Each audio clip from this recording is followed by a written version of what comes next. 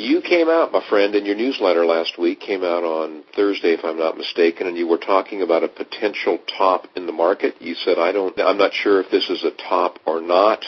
I don't think it is, but what are your feelings right now? Certainly don't want to appear stubborn, and I've always been an advocate of the Richard Russell method, and that is that the market knows more than any of us. Right. It looked to me, what I really pointed out in that update was that as much of energy as we've gotten the gold and silver markets here recently, and silver having the best month it's had in like 22 years or something, we're still on the chart about the same place where we told our readers to get out on the intermediate term trade that we started in December of 2008 and exited near February of 2009. And I told people I thought that was a top, but I wasn't sure, and that it might bounce down and bounce right back up, which is a tough call to make. It did, and at that time it did not go higher than the February high, so it looked like that was about all it had, and I told people, get out now, get out. So, what we did was we made some pretty decent money from early December, till February, early March of 2009. Since that time, it downtrended, and then all of a sudden we had a nice big up move that's carried through the entire month of May. And on that alert, I said, okay, here's where we're at, and I'm not going to get excited until I see us take out the old high in gold, which is over 1,000, and silver will do whatever it's doing, which will probably be above 16. And if that were to take place, I'll give them another update. So I'm not going to get ahead of the market and tell the market what to do. It's going to do what it's going to do. If it does that, if it gets above 1,000, it's got to have a couple of parameters that I won't tell you on the show because it's my priority info, sure, but it's pretty simple.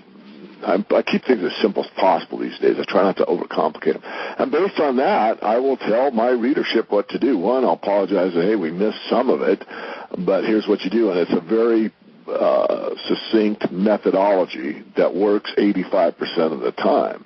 Now, you got to remember, Al, this is only 25% of the portfolio. It's not like we're missing the move here. If people have done what I've, suggested and educated over, a decade, they're 75% invested right now. And some don't even trade. Some just buy and hold. But for the people that do trade in and out on an intermediate-term basis, they may be sitting on cash. And that may not look like a dumb thing 2 months from now. I mean, we might blow through 1,000, and it doesn't really have enough momentum to go through that and hold. And it comes back down, and maybe we'll visit, $900 gold again, which will look pretty cheap relative to the $980 that it is today. I don't know. The market does. I don't. What I do know is that we're three-quarters of the way invested at least, and we're making some pretty good gains here. What I don't want to see happen is for people that are new in this market not to understand how volatile it can be, and that these price moves, can shake you out pretty quick. So you got to, be pretty strong in your convictions and have a long-term outlook. I think, what's going on today, the sentiment is very high, and that's another indicator to me that perhaps we are getting at a top. The big caveat is, what is the true positions of the big money?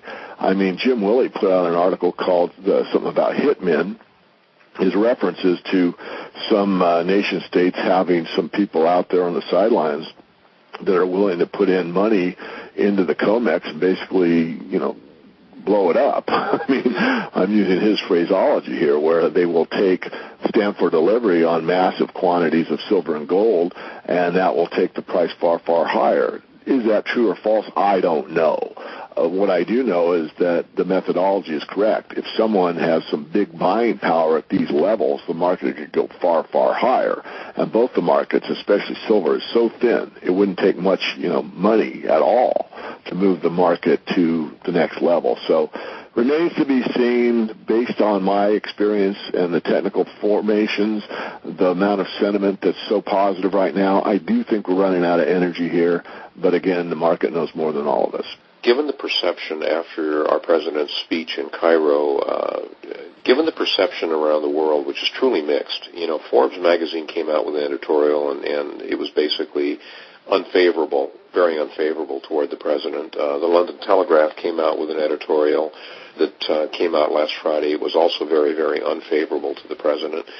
I have to extrapolate from that, if the sentiment towards the United States decreases, as it was unfortunately during the prior administration, I think that's going to bode really, really well for gold. And I have to tell you, I think sentiment is going to decline towards positive sentiment is going to decline vis-a-vis the United States.